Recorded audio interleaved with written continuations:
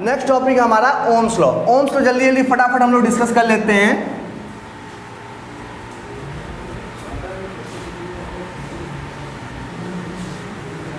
ये समझ में आया ना? उसी तरह सेम एज वाटर की तरह, वाटर एक साइड से दूसरे साइड तक तब तक फ्लो करता रहेगा, वाटर एक साइड से दूसरे साइड तक तब तक फ्लो करता रहेगा जब तक इनका लेवल मेंटेन ना हो जाए। उसी तरह इलेक्ट्रॉन भी उसी तरह होते हैं, इलेक्ट्रॉन भी हाई कंसंट्रेशन से लो कंसंट्रेशन की तरफ मूव करते हैं, और इससे क्या होता है, जब तक लेवल उनका मेंटेन ना हो जाए।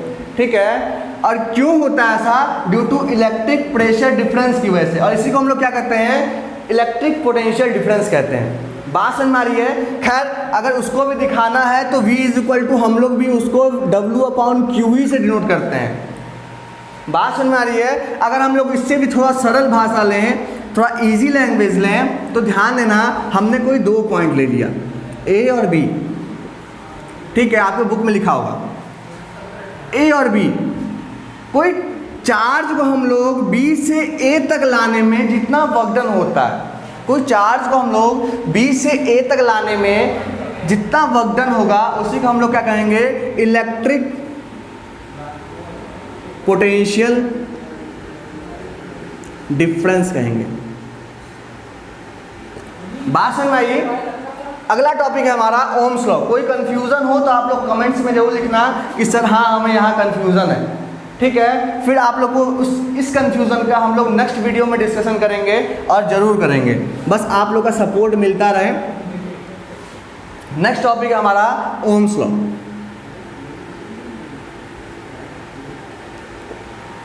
एक साइंटिस्ट थे जिनका नाम था जॉर्ज साइमन ओम। उन्होंने ये बताया था कि इन्होंने रिलेशन बताया किसके किसके बीच में? वोल्टेज और करंट के बीच में। ठीक है, इसके लिए हम एक सर्किट ड्रॉ कर देते हैं, ज़्यादा मज़ा आएगा, है ना? सर्किट, एक बल्ब लगा दो और फिर हमने एक सेल जोड़ दिया और ये हमने करंट दे दिया। करंट जा रहा है इधर से इधर। ठीक है, तो इन्होंने ये कहा कि जब जब हम वोल्टेज इंक्रीज करते हैं तब तब करंट की वैल्यू भी इंक्रीज करता है, और उतना ही ज़्यादा ये पावर कंज्यूम करेगा। पावर कंज्यूम मीन्स उतना ही ज़्यादा ये इलेक्ट्रिकल एनर्जी यूज़ करेगा। बात समझ में आ रही है? तो यहाँ इन्होंने डायरेक्ट रिलेट किया V को I से। इन्होंने कह दिया कि V is directly proportional to I। इन्होंने यही कहा सिंपली भाषा में। इन्होंने क्या बताया? एग्जाम में आया तो क्या लिखोगे? तो बोलना they defines the relation between voltage and current. इन्होंने कहा कि जब जब वोल्टेज इंक्रीज करेगा तब तक करंट की वैल्यू भी इंक्रीज करेगी। और ये टेढ़ा मेढ़ा चीज़ दिख रहा है, ये टेढ़ा मेढ़ा चीज़ ना, ये टेढ़ा मेढ़ा अंग वाला चीज़, ये हटता नहीं है, बहुत बवाल चीज़ है ना? ध्यान सुनना, ये टेढ़ा मेढ़ा चीज़ हटता है तो अपने साथ एक इज इक्वल टू का साइन लाता है और एक कांस्टेंट का साइन लाता है।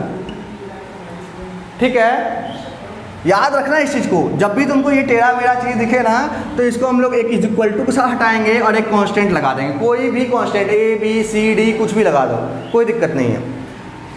समझ में आ गई बात? देखो वही चीज़ यहाँ करने वाले हैं। तो V क्या है? V directly proportional to I। ये हटता है तो हमने कहा एक इज इक्वल टू लगा और एक कोई कांस्टेंट लगा और यहाँ I हो गया। ये कांस्टेंट कौन है? ये कांस्टेंट का नाम हो गया R। बात समझ में आ रही है? R को हम लोग किससे डिनोट किए हैं? रेजिस्टेंस से डिनोट किए हैं।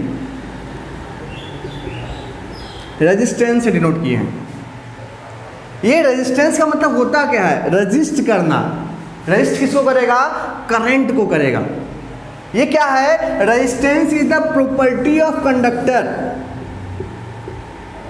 Property of conductor to oppose the flow of current, है ना? ये क्या करता है? इसका सिंपल सा वर्क यही है कि ये करंट का अपोज करता है और कुछ नहीं इसका काम है। ठीक है, जब जब, हाँ एक चीज़ और समझ लो, रेजिस्टेंस और करंट में बहुत ही गहरी दुश्मनी है। एक जीतेगा, एक समझ लो एक बड़ा सा, रेजिस्टेंस जो है वो बड़े लड़के हैं और करंट जो है वो छोटा लड़का है। ठीक, दोनों में बहस हुई तो कौन जीतेगा? जाहिर सी बात है रेजिस्टेंस जीतेगा। ठीक, क्यों जीतेगा? क्योंकि इसके पास ज़्यादा बुद्धि है। ठीक है, दोनों में बहस हो गई, ये जीत गया ये हार गया, लगा रोने। का भैया अपने भैया को बुलाया, कह रहा भैया ये हमको हरा दिया, इसका भैया और बड़ा, ठीक है, इसका भैया और बड़ा। ये क्या हुआ, ये इन दोनों आपस में टकराए और फिर इस बार करंट जीत गया। कहने का मतलब ये है कि जब जब R बढ़ेगा तब तब I घटेगा, और जब जब I बढ़ेगा तब तक R घटेगा। रेजिस्टेंस बढ़ेगा तो करंट घटेगा, करंट बढ़ेगा तो रेजिस्टेंस घटेगा। बात समझ में आ रही है? रेजिस्टेंस का भी यहाँ बहुत कुछ समझ में आ गया, ठीक है। रेजिस्टेंस क्या है, ये एक किसी कंडक्टर का प्रॉपर्टी होता है।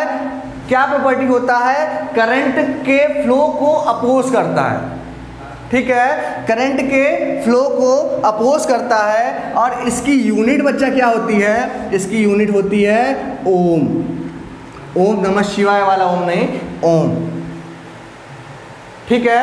अगर हम इसको ग्राफ से समझें, ठीक है, V is equal to R I, अगर यहाँ से हमें R की वैल्यू फाउंड आउट करनी है तो I को सिंपली हम उस पार भेज देंगे। तो I इस पार मल्टीप्लाई से जुड़ा है, उस पार जाएगा तो डिवाइड से हो जाएगा, तो V upon I is equal to क्या हो जाएगा, R हो जाएगा। बात समझ में आ रही है? V upon I is equal to resistance. अगर इसको इसी फॉर्मूले से हमको डिफाइन भी करना है तो ध्यान से सुनना, रेजिस्टेंस ये क्या है, वोल्टेज, और ये क्या है, करंट। तो रेजिस्टेंस ये क्या है, रेजिस्टेंस, ठीक है। तो हम लोग डायरेक्टली बोलेंगे रेजिस्टेंस में be defined as the ratio of voltage to the current is called resistance. ये भी कह सकते हो, कुछ भी कोई दिक्कत नहीं है। ऐसा नहीं है कि resistance is the property of conductor which opposes the flow of current, ये नहीं बोलना जरूरी है। आप फॉर्मूले के हिसाब से, अगर वो नहीं याद है तो आप फॉर्मूले के हिसाब से डायरेक्ट आप लिख देना, the ratio of voltage to the current is known as resistance. बात समझ में आ रही है? करंट अगर हम इसको ग्राफ से देखें, यही ओम्स लॉ को हम लोग ग्राफ से देखें, ठीक है, ग्राफ से देखें तो हमने कहा V E directly proportional to I और V is equal to R I. अभी जस्ट हम फॉर्मूला लिखे थे इसके पीछे R की वैल्यू यहाँ से निकालें तो R is equal to V upon I, sorry V upon I, और यहाँ से R की वैल्यू निकाले, इसको लेफ्ट राइट कर दे रहे हैं तो V अपॉन आई हो जाएगा, ठीक है। R is equal to V upon I. हमने कहा R एक कांस्टेंट है, थोड़ा सा पीछे जाना, यहाँ बोले होंगे R एक कांस्टेंट है, मीन्स इसकी वैल्यू हमेशा R की जो वैल्यू होगी वो इसके और इसके ये हमेशा वैरी करते रहेंगे, लेकिन R एक कांस्टेंट वैल्यू होता है। अगर इसको हमें ग्राफ से अंडरस्टैंड करना है तो ध्यान सुनना, यहाँ हम ग्राफ बना रहे हैं जिसको हम लोग कहते हैं VI ग्राफ, ठीक है, जिसको हम लोग क्या कहेंगे, VI ग्राफ, ठीक है। यहाँ हम लोग करंट ले लिए, यहाँ हम लोग वोल्टेज ले लिए, और फिर हमने क्या किया, यहाँ जीरो होता है, जानते हो हम लोग कोऑर्डिनेट ज्योमेट्री में पढ़े होंगे, यहाँ जीरो होता है, ये एक्स एक्सिस, ये वाई एक्सिस, तो हम लोग एक्स एक्सिस को करंट मान लिए, और यहाँ हमने 2 एम्पियर देने पे मीन्स वोल्टेज कितना बढ़ा, मीन्स 4 वोल्ट देने पे 2 एम्पियर ऑफ करंट बढ़ा, ठीक है।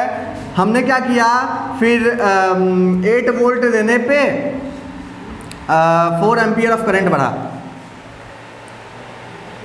ठीक है। फिर इसको हम बढ़ाएं थोड़ा सा, 12 वोल्ट देने पे 6 एम्पियर ऑफ करंट बढ़ा। तो अगर मुझे इसका ग्राफ बनाना है तो हम लोग क्या करेंगे, इसके सीधे लाइन में एक लाइन खींचेंगे और पहले कोऑर्डिनेट का इधर लाइन खींचेंगे, ठीक। यहाँ पे हमने एक पॉइंट मान लिया, ये पॉइंट का नाम R1 रख दो, ठीक है। हमने फिर दूसरे कोऑर्डिनेट की चुनना है, दूसरे कोऑर्डिनेट के y एक्सिस और पहले कोऑर्डिनेट के x एक्सिस, ध्यान देना। फिर हम लोग एक लाइन खींचेंगे और फिर इधर एक नीचे से ऊपर लाइन खींचेंगे, जहाँ मिलेगा वहाँ एक पॉइंट बनाएंगे जिसका नाम होगा R2। फिर तीसरे को भी उसी तरह करना है और इसी तरह एक लाइन सीधा खींचना है और यहाँ से भी एक लाइन मिला देना है, ठीक है। और यहाँ जो पॉइंट बनेगा उसका नाम होगा R3। अब हम R1, R2, R3 की वैल्यू कैलकुलेट करेंगे। कैसे कैलकुलेट करेंगे, हम जानते हैं कि R is equal to V upon I होता है ना। तो R1 की वैल्यू हमें कैलकुलेट करनी है। R1 के लिए तो R1 का वोल्टेज क्या है, वोल्टेज क्या है, वोल्टेज ये है ना, ये वोल्टेज है, ठीक है, ध्यान सुनना, ये वोल्टेज है। तो R1 का वोल्टेज 4 हो गया तो हमने इज इक्वल टू 4 लिखा। करंट कितना है 2, तो हमने 2 लिख दिया। हमने यही वेरिएबल क्यों लिया, क्योंकि बच्चा देख रहे हो हमने कहे I बढ़ेगा तो VV बढ़ेगा, मीन्स दोनों इंक्रीज हो रहे हैं ना, ऐसा नहीं कि एक इंक्रीज हो रहा है एक डिक्रीज हो रहा है, दोनों एक अपने सीक्वेंस वाइज में इंक्रीज हो रहे हैं, है ना। तो R1 की वैल्यू हम कैलकुलेट करेंगे तो 2 1 जा 2, 2 2 जा 4, R1 की वैल्यू कितनी आ गई, 2 आ गई। R2 की वैल्यू निकालेंगे तो R2 के लिए voltage R is equal to V2 upon I2 होता है ना, तो V2 की वैल्यू क्या है 8 हो गया और I2 की वैल्यू क्या है 4 हो गया, हमने 4 लिख दिया। काटेंगे इसको तो ये फिर हो जाएगा 2 और ये R2 की वैल्यू क्या हो गई 2, मीन्स पहले केस में भी 2, दूसरे केस में भी 2। तीसरे केस में आते हैं, R3 की वैल्यू कैलकुलेट करनी है तो R3 की वैल्यू V3 अपॉन I3 हो जाएगा। V3 की वैल्यू कितनी है 12 और I3 की वैल्यू कितनी है, यहाँ से ग्राफ से देख सकते हो 6, 12 के लिए 6, 8 के लिए 4 एंड 2 के लिए, बात समझ में आ रही है। तो फिर इसको काटेंगे 6 1 जा 6, 6 2 जा 12, तो R3 की वैल्यू भी 2 ही आई। मीन्स हर केस में देख रहे हैं R1 की भी वैल्यू 2, R2 की भी वैल्यू 2 और R3 की भी वैल्यू 2। यही तो ओम्स लॉ ने कहा था, यही तो कहा था बच्चा, क्या कहा था कि I और V चेंज करेंगे, वैरी करेंगे, ठीक है।